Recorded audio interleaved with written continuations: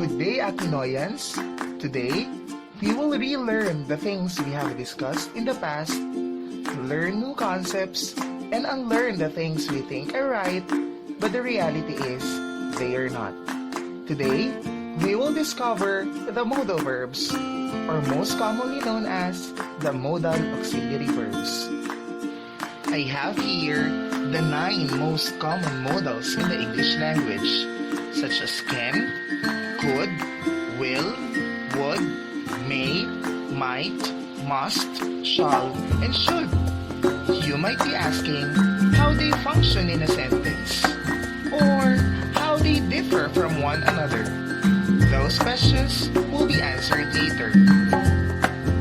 What are modal verbs? Modal verbs are used as auxiliary verbs or simply helping verbs. For example, I can go. You can observe that between the subject I and the verb go, we inserted the modal can. This is to give another meaning to the original sentence, I go. Please take note that in modal verbs, we do not take S in the third person in the present simple tense. For example, he can go, not he can't go.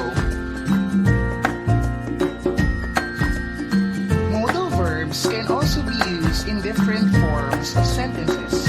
If you want to show a sentence of negation, you can just say, I cannot go. If you want to ask a yes or no question, you can say, can you go? Or if you want to use an infinitive and form another sentence, please take the bare infinitive verb as the main verb in a verb phrase. For example, he can go, not he can't go, or he can went. Please remember that modal verbs are always followed by a verb in its base form.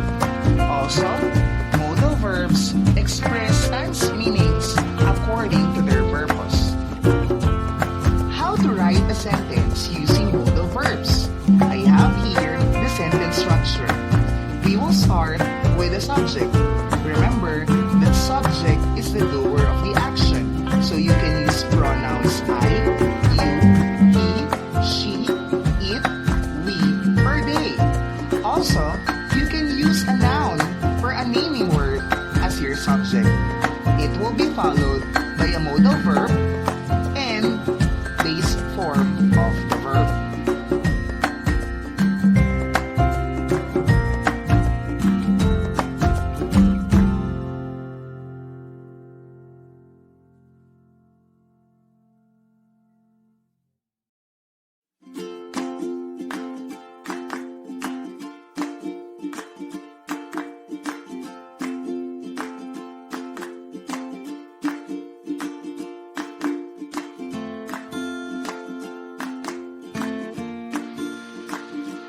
Using modal auxiliary verbs is not as easy as it is, because they should be in accordance with their stance meanings or purpose in the sentence.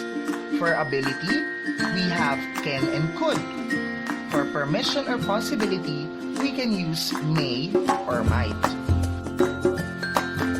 Take note, in formal conversation and in academic writing, modal can is always for stance of ability, while modal may is always for permission or possibility.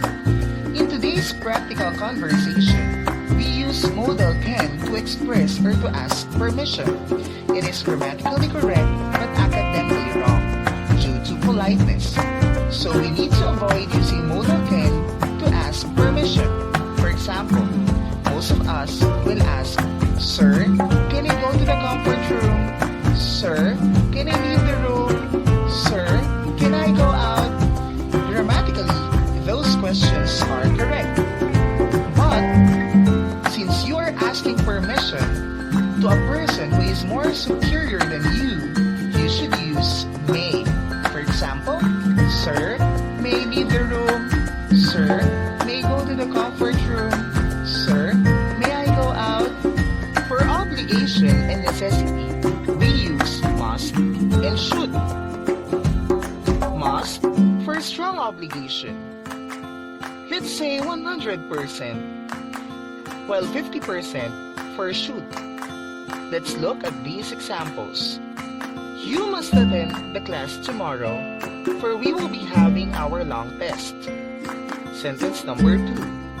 You should attend the class tomorrow, for we will be having our long test, unless you have a valid reason not to attend too.